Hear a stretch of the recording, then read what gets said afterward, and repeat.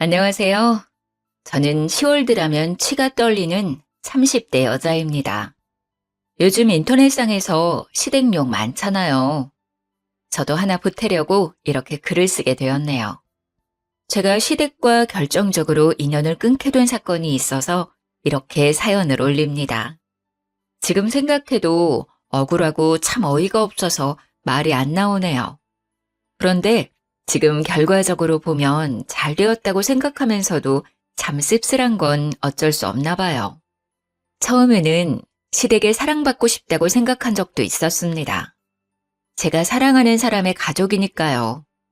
제 가족처럼 챙기면 알아주시겠지 그렇게 생각했거든요. 하지만 사람 마음이라는 게 그렇게 간단하지가 않나 봐요. 결국은 상처를 주며 이렇게 인연까지 끊게 된 것을 보면 말이죠. 저와 남편은 5년을 넘게 사귄 장기간 커플이었어요. 그래서 오래 만났기에 서로 집안 어른들도 그리고 서로의 집안 사정도 참 잘 알았죠. 오래 연애를 하다 보니 오히려 집안 어른들이 너희 결혼은 언제 할래? 하고 물을 정도였어요. 가끔 남자친구 집에 찾아가면 어머님이 저를 예뻐해 주셔서 저도 남자친구 부모님께 결혼 전부터 잘 챙겨드렸어요. 오죽하면 저희 엄마가 본인 생일보다 남자친구 엄마를 더 챙긴다는 말을 했을 정도였죠. 저희가 막 결혼 이야기가 나오고 있었을 때 현재의 남편, 그러니까 당시 남자친구의 아버지가 돌아가시게 되었습니다. 그래서 저는 홀로 남은 남자친구 어머니를 더 잘 챙겨드려야겠다고 다짐했죠. 그래서 부르면 군소리 없이 찾아가서 굳은 일도 마다하지 않고 해야겠다고 생각하고 무조건 달려갔었죠. 남편은 집안에서 둘째 아들이었습니다. 위로 3살 차이 나는 형이 있었는데 어머니가 아주버님을 정말 많이 챙기셨어요. 보통 엄마들이 장남을 예뻐하니 저도 그런가 보다 하고 생각하고는 했었죠. 거기다 저희는 결혼하고 아주버님은 아직 미혼이니 그래서 더 챙기나 보다 했는데 남편 말로는 어릴 때부터 자기보다 형을 더 예뻐했다고 말을 하더군요. 당시에는 그런가 보다 하고 넘겼네요. 겉으로 보기에는 그렇게 차이가 나지도 않았고 혼자 있는 아들 챙기는 건 당연해 보였기 때문이죠. 그런데 아주버님이 결혼할 여자를 데려오면서 평화로웠던 분위기가 달라지기 시작했어요. 아주버님께서는 저희가 결혼한 지 3년 차에 여자분을 집으로 데려오셨어요. 그전까지 며느리는 저 혼자였기에 거의 제가 큰며느리 역할을 해왔어서 아주버님이 집에 여자분을 데려온다고 하셨을 때 가장 좋아한 게 바로 저였습니다. 그래서 그날은 오전부터 어머니와 함께 새 식구를 맞을 준비를 부지런히 하게 되었습니다. 어머니도 아들이 30대 후반이 되어서 여자를 데려온다고 하니 얼마나 공을 들이시는지 잔치상 부럽지 않게 상을 차리고 싶으셨는지 장거리를 한가득 부셨습니다. 저희는 갈비에 잡채에 전까지 붙여서 정말 한상 가득 음식을 해놓고 새 식구가 오길 기다렸죠. 그리고 아주버님이 형님의 손을 잡고 현관문으로 들어오는데 여자분이 온몸을 명품으로 휘감고 있는 겁니다. 눈에 띄는 명품도 있었지만 나중에 찾아보니 명품이었던 제품도 있었던 것 같아요. 제가 명품에 눈이 어두워도 이건 딱 명품이라고 하는 것도 몇 개씩이나 있었죠. 저는 그때 대충 아주버님이 부자를 만나고 있다는 건 듣긴 했지만 머리끝부터 발끝까지 귀티가 좔좔 흐르는 형님을 보고 놀라긴 했습니다. 보통 부자가 아니라고 생각하게 되었거든요. 어머님도 처음 보는 큰며느리감이 반가우신지 손을 맞잡으시고 환하게 웃으시는데 저도 좋았습니다. 딱 그때까지는 그랬어요. 새 식구가 들어온다는데 나쁠 리가 없잖아요. 식사하다 보니 모자란 음식이 있으면 저는 부지런히 상으로 음식을 퍼나르느라 정신이 없었어요. 어머님이 갈비가 모자란다고 하자 저는 일어나서 갈비를 퍼오는데 거실 상에서 화기애애한 웃음소리가 퍼지고 있었죠. 자세히 들어보니 형님께선 혼전 임신을 했다는 소리였습니다. 저는 순간 3년 넘게 임신을 하지 못하고 있었기에 저도 모르게 어깨가 움츠러들더라고요. 그래도 어쩌겠어요. 집안의 축복인 건 맞죠. 하지만 저를 속상하게 했던 건 형님의 임신 소식이 아니었습니다. 바로 너무도 바뀌어버린 어머님의 행동이셨죠. 제가 갈비를 상위에 내려놓자 어머님이 형님의 손을 꽉 붙잡고 말씀을 하셨어요. 어머, 요즘은 아이를 다 혼수로 가져온다더니 참말이네. 정말 예쁘기도 해라. 우리에게 오자마자 장손까지 만들어 오고. 고생했다. 여기 갈비 먹어라. 잘 먹어야 아기가 잘 자라지. 그때 저희 남편이 제 눈치가 보이는지 갈비 한 조각을 제 밥그릇에 올려놓았어요. 아이를 가지기 위해 그동안 노력해왔는데 아직 가지지 못하고 형이 먼저 가졌다고 하니 제가 신경이 쓰였나 봐요. 갈비는 우리 자기도 좋아하니까 많이 먹어. 요리 만들고 준비하느라 고생했어, 자기야. 그래도 그 한마디가 얼마나 고맙던지 저는 남편을 향해 미소를 지었습니다. 그런데 어머님이 저를 슬쩍 보시더니 네가 한 게 뭐 있다고? 그러시면서 갈비를 형님 앞으로 밀어놓으셨어요. 순간 남편은 무안해져서 저를 보며 멋쩍은 미소를 지었습니다. 그때는 어머님이 학수고대하던 아주버님이 결혼할 사람을 데려왔는데 기다렸던 아이까지 가졌다는 말에 너무 좋아서 그러시나 보다 했었습니다. 저는 다시 잡채를 가지러 부엌으로 가는데 뒤에서 어머니의 커다란 목소리가 들려왔어요. 어머, 대학병원 의사라고? 내분비과? 아이고, 우리 집에 드디어 사자를 가진 사람이 들어왔구나. 아이고, 장하다. 지훈이 너도 참 용하다. 어떻게 이렇게 귀한 사람을 집에 들여왔다니? 참 우리 집에 복덩이가 들어왔구나. 저는 잔뜩 들떠있는 어머님의 목소리를 들으며 집이 정말 잔치 분위기라고 생각했습니다. 그렇게 분위기 좋게 식사를 마치고 어머님과 아주버님과 미래의 형님은 이제 결혼 이야기를 하셨어요. 그 상을 치우는 것은 또 저의 몫이었기에 혼자 사부작거리며 상을 치우고 있는데 남편도 그 자리에 앉아있기가 그랬는지 저를 도와 상을 같이 치워주더라고요. 고생했다고 저를 다독이는데 그 손길이 너무 고마웠어요. 아침부터 힘들게 부지런히 요리하고 상을 차렸어도 고생했다는 한마디 못 들을 줄 몰랐습니다. 그런데 남편이 그 맘을 알아주니 속상한 마음이 사르르 녹아내렸죠.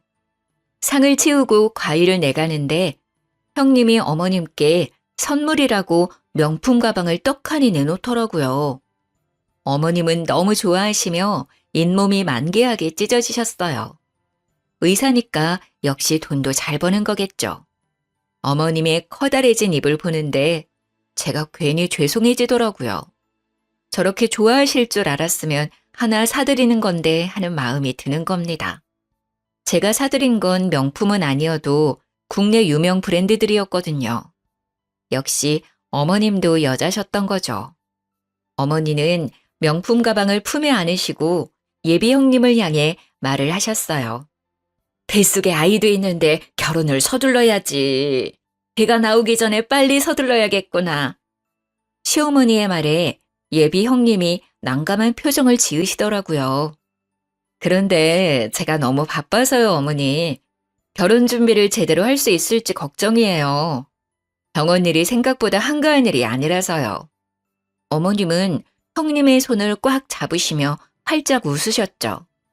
그럼 알다마다 큰일 하는데 바쁜 거 내가 다 알지.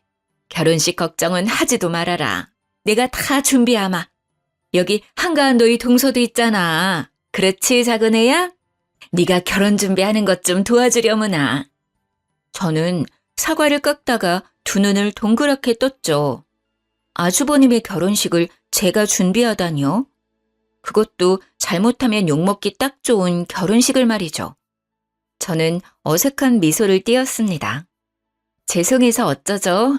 저도 요즘 회사 일이 바빠서 도와드리기 힘들 것 같네요.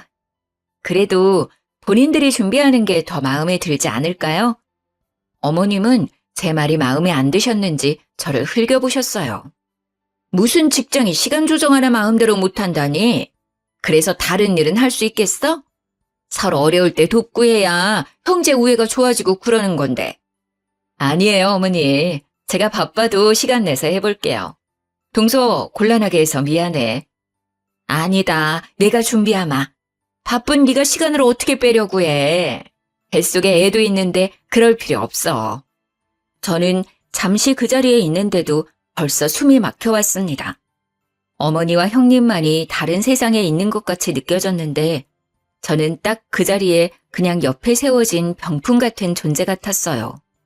아직 결혼 전부터 이렇게 살얼음판인데 결혼하면 또 얼마나 달라지려나 하는 불안이 엄습해왔습니다. 왜 그런 느낌은 딱딱 잘도 들어맞는 것인지 모르겠어요. 형님은 결혼 전부터 보통이 아니셨습니다. 그렇게 형님의 결혼은 어머님 주도 아래 수월하게 이루어지게 되었어요. 두 분 결혼식이 한 달 앞으로 다가왔을 때 우리는 다시 시댁에 모이게 되었습니다. 그런데 형님과 아주버님이 생각지도 못한 말을 입 밖으로 꺼내시는 겁니다. 어머니, 이미 재산이 분할이 끝났다고 하던데 정말이에요? 아버님이 동등하게 나눠주셨다고 하는데 그게 너무 불공평한 것 같아서 말이죠. 제사도 저희가 다 지내고 어머님도 저희가 모시는 건데 왜 동등하게 나누었는지 이해가 되지 않네요. 이건 장남이 더 가져야 하는 문제 아닌가요? 저는 형님의 말을 듣고 어이가 없어서 입이 떡 벌어졌어요. 저희가 결혼 전에 아버님은 이미 아주버님과 남편에게 재산을 동등하게 나누어 주셨습니다. 시댁은 재력가까지는 아니지만 상당한 부동산 재산이 있었고 당시 저도 예비 며느리 자격으로서 그 자리에 있었고요. 아버님은 아주버님에게 장남이라는 이유로 지역 상권도 월등히 좋은 신축 건물을 주었고 저희에게는 건물은 규모가 크지만 오래되고 상권이 안 좋은 건물을 주셨었습니다. 그때 당시에 아주버님도 그것에 만족하셨고 저희 남편과 저도 큰 불만 없이 받아들였습니다. 시세 차이는 별반 다름 없었고 아버님이 나눠주시는 거니 큰 불만도 없었죠. 그리고 아버님은 어머님 앞으로 노후자금이라고 작은 건물을 남겨두셨었습니다. 그런데도 저런 말을 꺼내자 속이 뒤집히는 겁니다. 형님, 그렇게 따지면 이제 저는 시댁에 손 놓아도 되는 건가요? 형님 혼자 시댁 행사며 제사며 다 챙기시려고요? 형님은 저를 보며 고개를 끄덕였습니다. 당연하지. 장손인데 내가 책임져야지. 그러니까 우리가 재산을 더 가져야 하는 거 아니겠어? 이건 너무 불공평하잖아. 앞으로 고생은 나하고 우리 그이가 다 하는 건데 앞으로 어머님도 책임져야 하고. 그런데 그때 아버님이 그런 것까지 생각하고 좋은 상권의 신축 건물을 아주버님께 남겨주신 거잖아요. 이제 와서 그것을 따주시면 저희가 너무 어이가 없어요. 시세만 같다 뿐이지 두 건물 사이에는 엄연히 차이가 크게 나요. 거기다 어머님께도 건물을 남겨주셨고요. 그래도 이거는 말도 안 되지. 원래라면 작은 아들은 재산을 물려받을 수 없는 거 아니야? 그런데도 같은 시세라니 나는 말도 안 된다고 생각하는데. 어머니도 그렇게 생각하지 않으세요? 아이고, 작은 애 시끄럽다. 너희 형님 말 어디가 틀린 게 있다니? 너보다 더 배우고 똑똑한 사람이 이렇게 말하는데 그렇게 하는 게 옳으면 그렇게 해야지. 저는 시어머니까지 형님의 편을 들고 나서자 머리까지 피가 끓어올랐어요. 여기서 선을 딱 긋지 않으면 저희가 질질 끌려갈 것 같다는 생각을 하게 되었습니다. 죄송합니다. 지금 이야기는 못 들은 거로 하겠습니다. 싸움도 되지 않을 일 가지고 이게 뭔가요? 이미 아버님이 저희한테 주신 거고 저희는 다시 아주버님께 드릴 마음 같은 건 없습니다. 죄송합니다. 제 말에 갑자기 아주버님이 버럭대고 저를 향해 소리를 지르시는 겁니다. 아니, 재수씨, 어떻게 그렇게 말을 합니까? 윗사람이 말을 하면 듣는 척이라도 해야 하는 거 아닙니까? 이 사람이 앞날을 생각해서 이렇게 말하는 건데 어떻게 그렇게 딱 말을 자릅니까? 재수씨가 시집와서 한 게 뭐 있나요? 그렇게 재산에 욕심이 나나요? 저는 재수 씨가 이렇게 속물인 줄 몰랐네요. 저는 순간 그 말에 어이가 없었습니다. 누가 지금 재산에 더 눈이 멀었는지 모르는 것 같았어요. 지금 재산 이야기 하시는 두 분은 아직 결혼도 안 하신 거 아니에요? 결혼 생활 한참 하시고 힘들어서 이런 이야기 하는 거면 이해라도 하려고 노력이라도 해보겠는데 이건 경우가 아니죠. 너는 윗사람한테 무슨 말을 그렇게 하는 거니? 어? 어디서 배워먹은 버르장머리가 그래. 윗사람들이 아니다 하면 구분구분 말을 들을 연구를 해야지 어디서 따박따박 말대답을 하는 거야. 두 분이 한꺼번에 저를 향해 그렇게 말하니 속이 정말 뒤집힐 것 같았습니다. 어머니, 정말 말 한 번 잘하셨네요. 제가 장남이니까 더 갖는 게 옳죠. 재수 씨, 아버지가 주신 건물 주세요 그럼. 이렇게 긴 이야기 할 필요도 없고 서로 얼굴 붉힐 일도 없을 것 같네요. 가만히 우리들의 이야기를 듣고 있던 남편이 이제 참지 못하겠는지 제 손을 잡아서 일으켜 세웠어요. 도저히 가만히 듣고 있기가 불편하네. 이미 그건 아버지가 나와 아내한테 물려주신 건데 왜 형이 주라 말아야? 재산에 눈먼 사람이 누군데 내 아내한테 그런 말을 하는 거야? 이미 끝난 이야기니까 더 이상 할 얘기도 아닌 것 같네. 우리는 그만 집에 가야 할 것 같아. 가자 자기야. 그렇게 저희는 집으로 돌아왔습니다.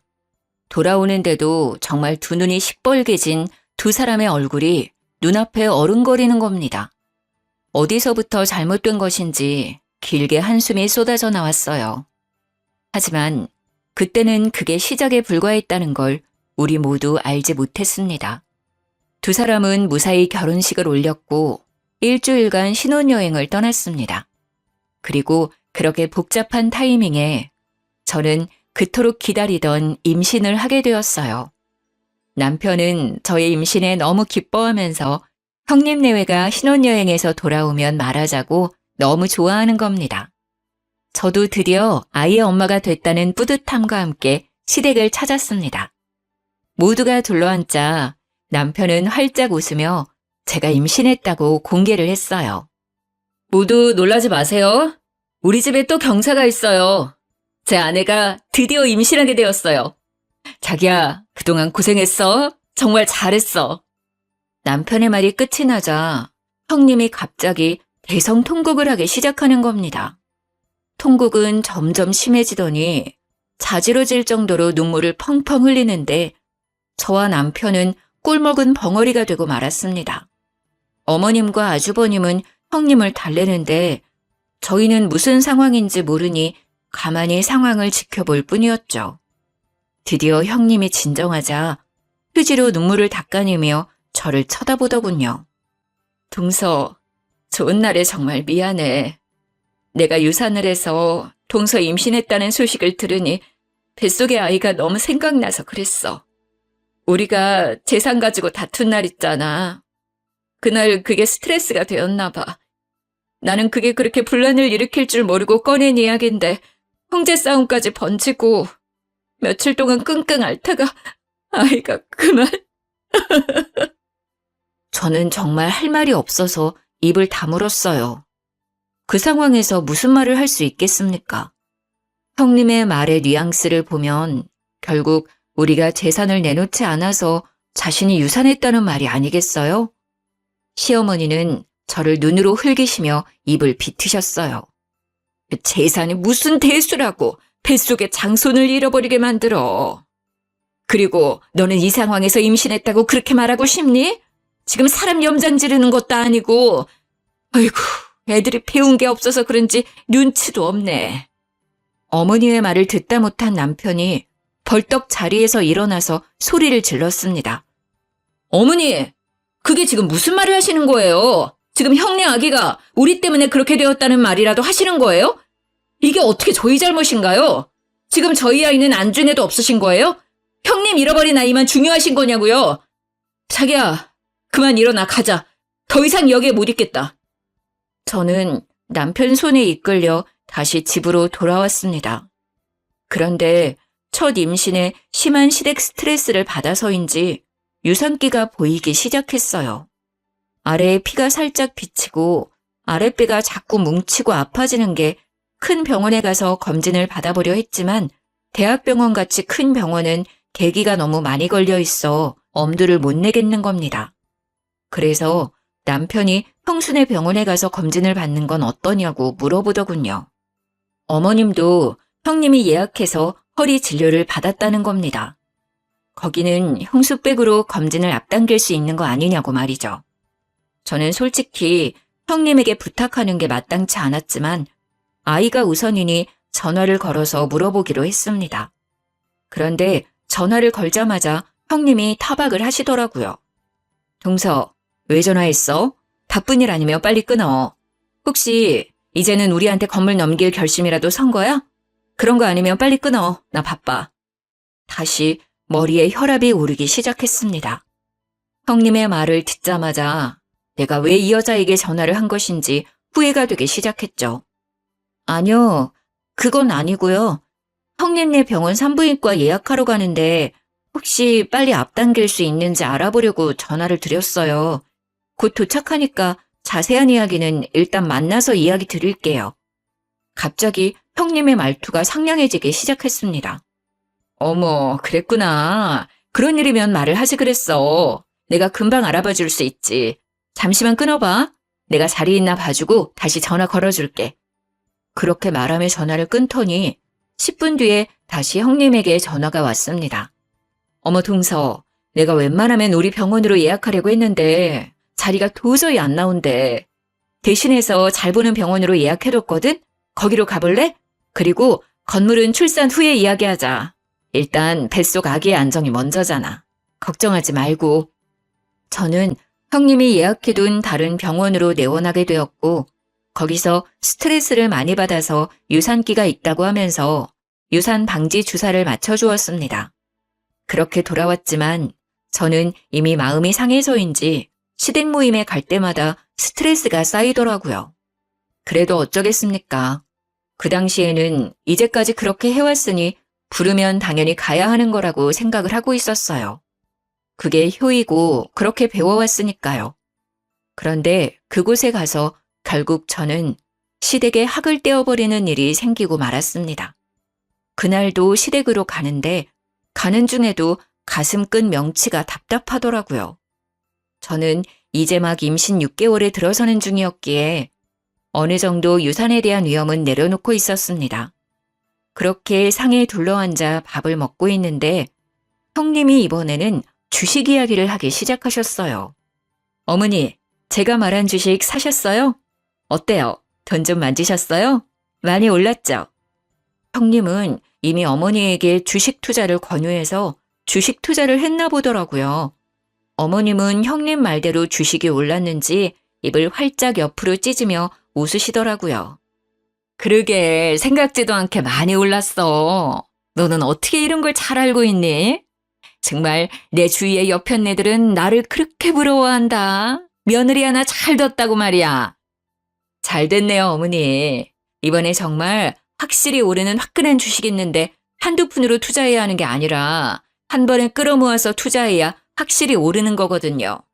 투자해보실래요? 주위에 어르신들 있으면 같이 투자하세요. 어머, 그게 정말이냐? 안 그래도 그 여편네들이 내가 주식으로 돈재미 좀 봤다니까 자신들도 투자하고 싶다고 야단이더라. 내가 알아보마. 형님은 어머니의 말에 활짝 웃더니 저희를 보며 말을 이었어요. 동서도 투자하는 게 어떻겠어? 이번에도 정말 확실한 주식이거든.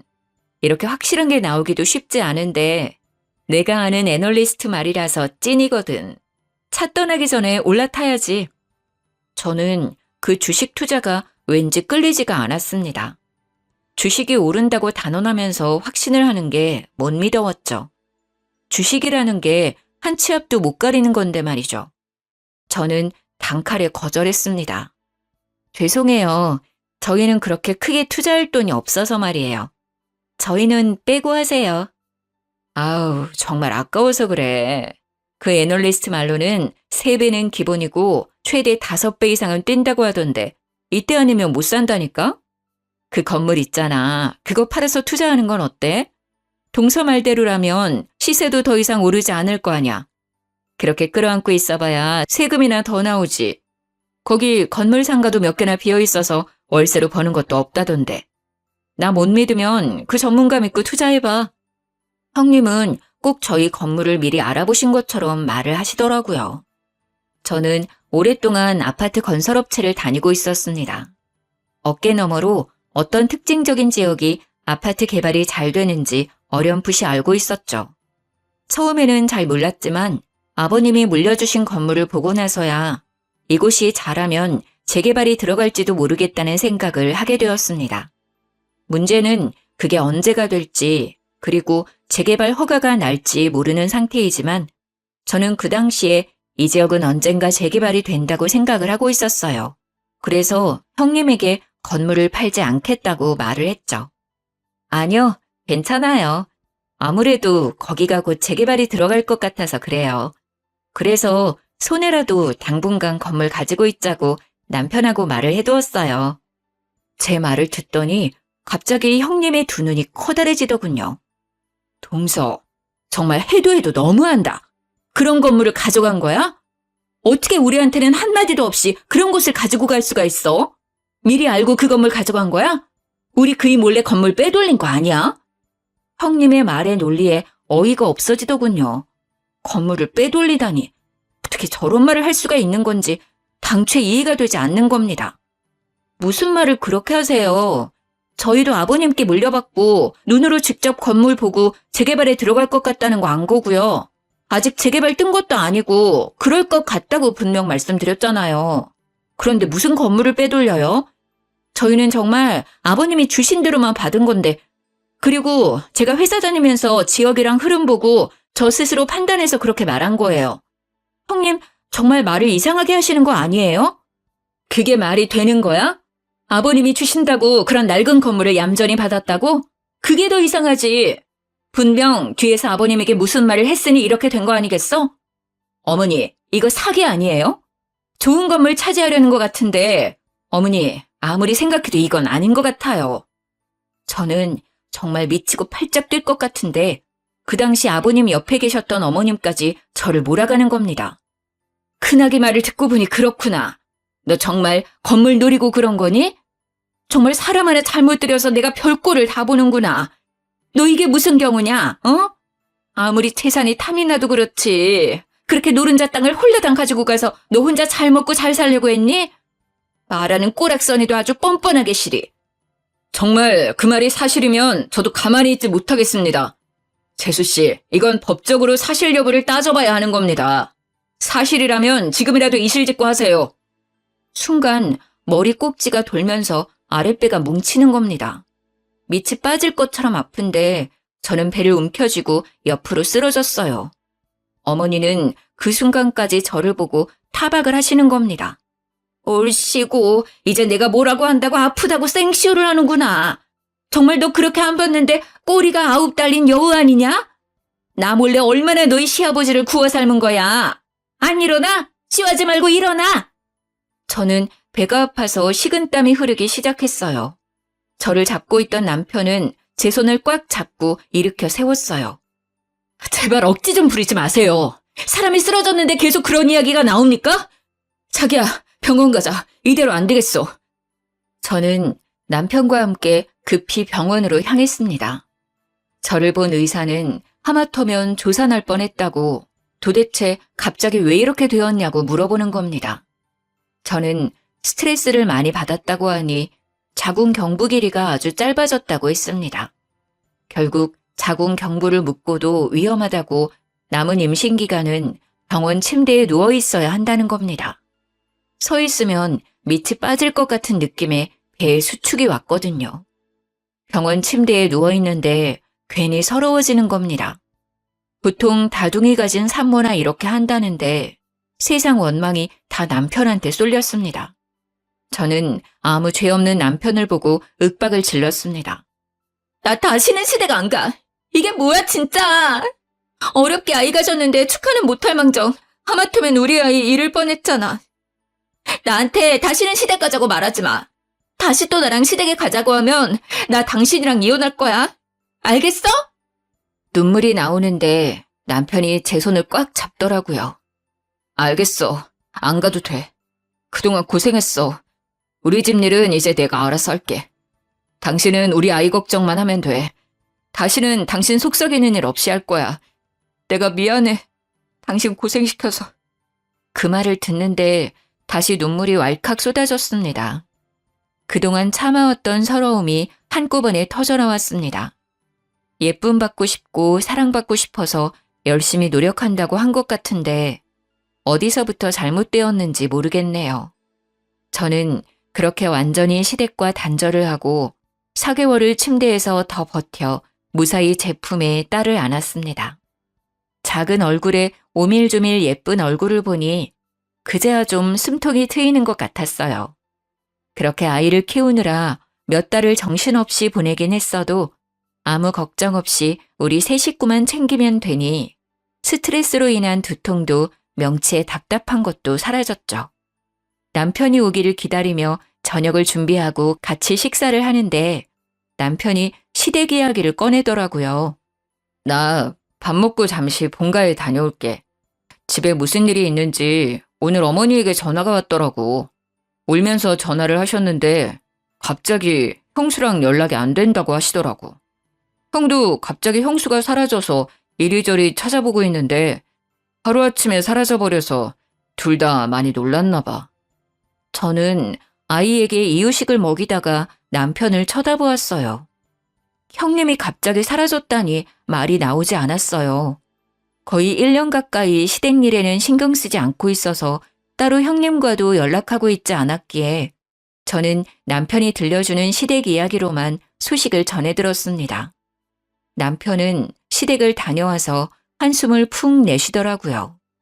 저는 그때야 무슨 일이 크게 났다는 걸 깨달았어요. 무슨 일이야? 큰일이 난 거야? 형님은 찾았어? 어디 계시는데? 일단 신고는 해놨는데 그게 좀 이상해. 형이 형수가 사라지고 일하는 대학병원에 가서 형수를 찾으니까 없는 사람이라고 했다는 거야. 그런 사람은 자신의 병원에 근무하지 않는 의사라고 하더라고. 분명 어머니가 몇 달 전에 허리 때문에 병원에서 형수 이름으로 진료 예약하고 진료를 받았고 병원 홀에서 의사 가운 입고 있는 것도 봤다고 하니까 간호사가 형수 이름으로 진료 예약된 것은 맞는데 의사로 근무하는 사람은 없다는 거야. 간호사까지 통틀어서 직원 명단을 봐도 형수 이름은 없대. 어머님은 그 말 듣고 지금 쓰러져서 병원에 계셔. 남편의 말에 저는 당황했습니다. 분명 우리는 형님이 그 대학병원 의사라는 것에 아무 의심이 없었습니다. 어머님이나 아주버님이 병원 홀에서 의사 가운을 입고 있는 형님을 만났다고 했으니까요. 그런데 막상 병원에서 형님은 그 병원 의사가 아니라고 하는 겁니다. 하지만 남편의 말은 거기서 끝이 아니었습니다. 그래서 경찰서에 가서 실종 신고를 하면서 정황을 이야기했더니 경찰의 말로는 사기꾼한테 당한 것 같다고 하더라고. 일부러 처음부터 형의 재산과 우리 집 재산을 노리고 들어온 전문 사기꾼 같다고. 그럼 형님, 아니지, 그 사기꾼을 다시 찾을 수 없다는 거야? 그런데 그때 어머님이 홀레당 주식 투자한다고 하시지 않았어? 그건 어떻게 된 거야? 그것도 가지고 도망간 거야? 지금 그게 가장 큰 문제야. 나도 그게 걱정되어서 물어봤더니 이미 어머니하고 형하고 건물까지 다 팔아서 그 주식에 투자했대. 경찰 말로는 그런 주식 자체가 없다는 거야. 아마 현금으로 돌려서 빼돌리기 위한 거짓말이라고 하는데 형수의 신원도 가짜고. 지금 조회 중이긴 한데 보통 이런 경우는 이미 해외로 도주했을 거라고 말하더라고. 신원이 가짜라니 무슨 말이야? 혼인신고 했을 거 아니야? 그게 형수가 일이 너무 바쁘다고 혼인신고를 미루자고 해서 혼인신고를 아직도 하지 않았다더라. 그래서 신원 추적이 늦어지고 있어. 정말 어머님은 믿는 도끼에 크게 발등을 찍히고 마셨던 거죠. 온 식구들을 속이고 시댁과 아주버님의 재산을 몽땅 갖고 튄 그 사기꾼은 몇 달 수사 끝에 필리핀으로 도주를 했다는 것을 경찰에서 밝혀냈다고 하더군요.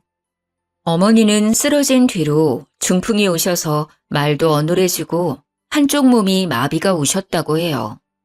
문제는 어머님이 또 없는 돈까지 끌어다가 사기꾼에게 투자해버려서 빚도 상당하다는 겁니다. 하루에 몇 번씩 병원으로 빚쟁이들이 들락거린다고 하더라고요. 그래도 그 지역에서는 잘 산다는 소리를 듣고 살았던 시댁이 한순간에 빚더미에 앉게 되었습니다.